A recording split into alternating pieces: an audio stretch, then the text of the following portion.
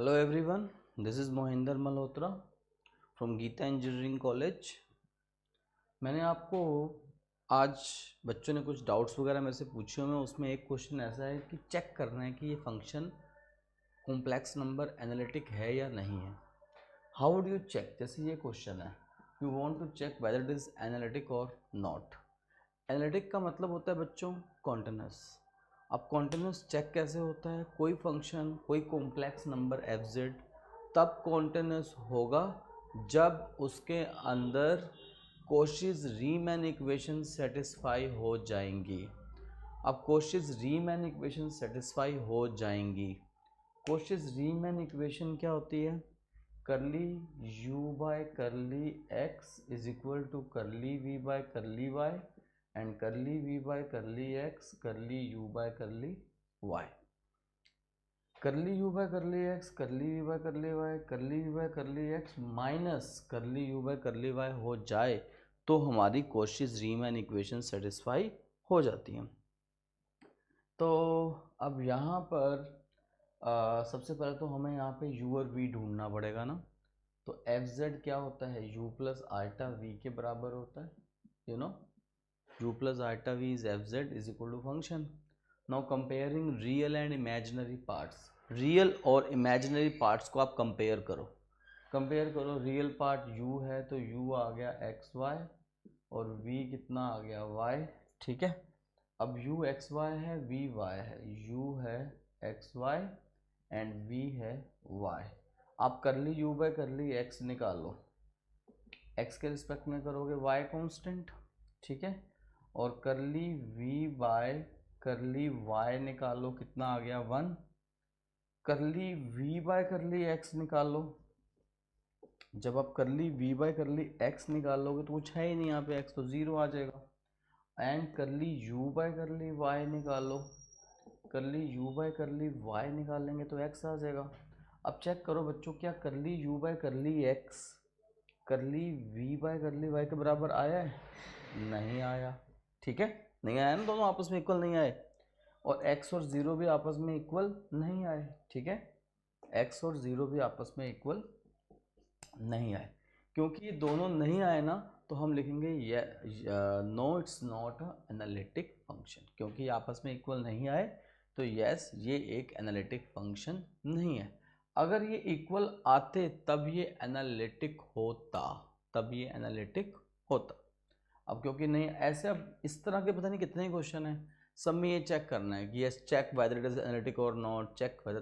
Paper में आया हुआ ऐसा क्वेश्चन, हमें सिर्फ एनालिटिक चेक करना है, मीन्स हमें u और v निकाल के ये Cauchy's Riemann equations, this is CR equations, ये चेक करनी है कि ये अगर आपस में इक्वल आ जाए तो एनालिटिक है, आपस में इक्वल ना आए तो एनालिटिक नहीं। ठीक है, तो ये वाले क्वेश्चन काफ़ी सारे हैं, मैं आपको इनके भेज रहा हूँ, एग्जांपल्स भेज रहा हूँ, PDF फाइल भेज रहा हूँ, उसको आप गो थ्रू कर लो। और फिर मैं आपको नेक्स्ट अब जो जूम लेक्चर होगा उसमें आपको सब कुछ बताऊंगा। ठीक है, मीन्स आपका बेसिक आप एक बार अपनी तैयारी करके आओ, कुछ ना कुछ ढूंढ के आओ कि यस ये प्रॉब्लम आ रही है, ये नहीं आ रही। ठीक है, अच्छा नेक्स्ट आपका, अब इसी के अंदर हमने रियल पार्ट के क्वेश्चन काफ़ी सारे कर लिए थे, इमेजिनरी पार्ट के क्वेश्चन भी किए थे। मैं कुछ इमेजिनरी पार्ट का क्वेश्चन, ये बच्चे कुछ पूछ रहे थे एक और कराओ, तो मैं वो करवा रहा हूँ। ठीक है, सपोज क्वेश्चन ऐसा आ जाए,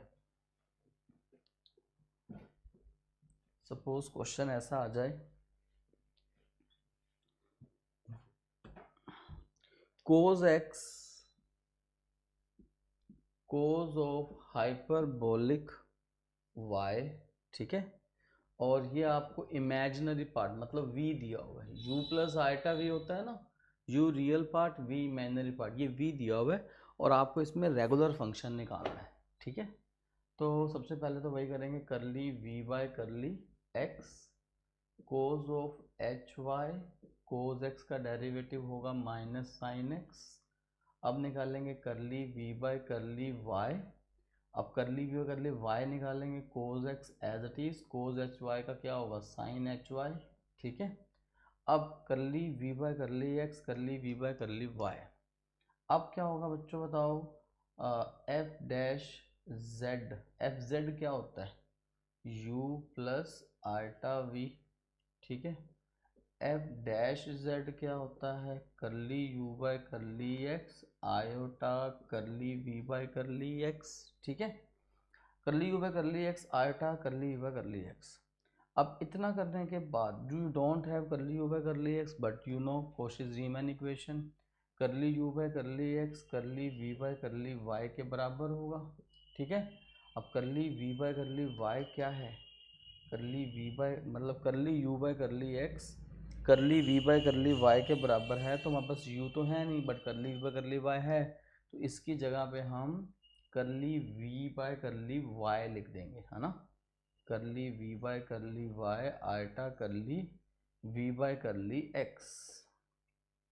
अब curly u by curly x curly v by curly y, now curly u by curly x की जगह curly v by curly y put कर दिया। मैं पुट कर रहा हूँ बच्चों value, this is cos of x multiply में sine of hyperbolic y, you know this ना, सीआर इक्वेशन जो भी पीछे भी करी है, curly u by curly x curly v by curly y and curly v by curly x minus curly u by curly y. अब cos x sine of H y, ठीक है, plus iota curly v by curly x, this is minus iota sine x cos of H y, this is f dash z. अब क्या करेंगे, अब सबसे पहला काम क्या होगा इसके अंदर, अब इसके अंदर हम लगाएंगे Milne Thomson method. By Milne Thomson method, by Milne Thomson method, x को z और y को 0 पुट करो, put x is equal to z,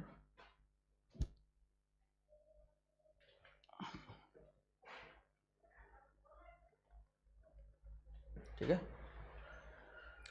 bye Milne Thomson method put x is equal to z and y equal to 0। x को z और y को 0 put करो, जब तुम x को z और y को 0 पुट किया and sine you can see there,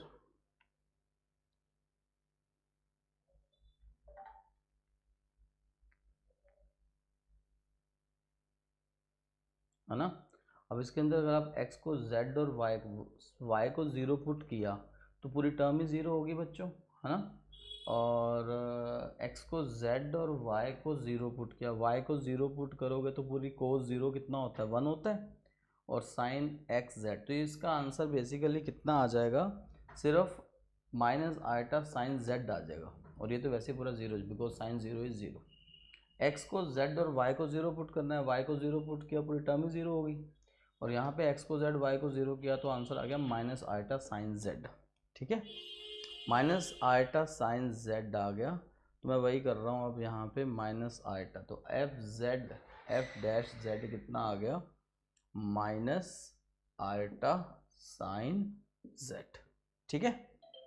अब इंटीग्रेशन बोथ साइड्स करो, इंटीग्रेट एफ जेड कितना आ जाएगा, माइनस आयटा साइन जेड का इंटीग्रेशन क्या आ जाएगा, कोस जेड, ठीक है, एंड साइन जेड का माइनस होता है कोस जेड, तो प्लस कोस जेड आ जाएगा, ठीक है, और प्लस में a प्लस आयटा b, ठीक है।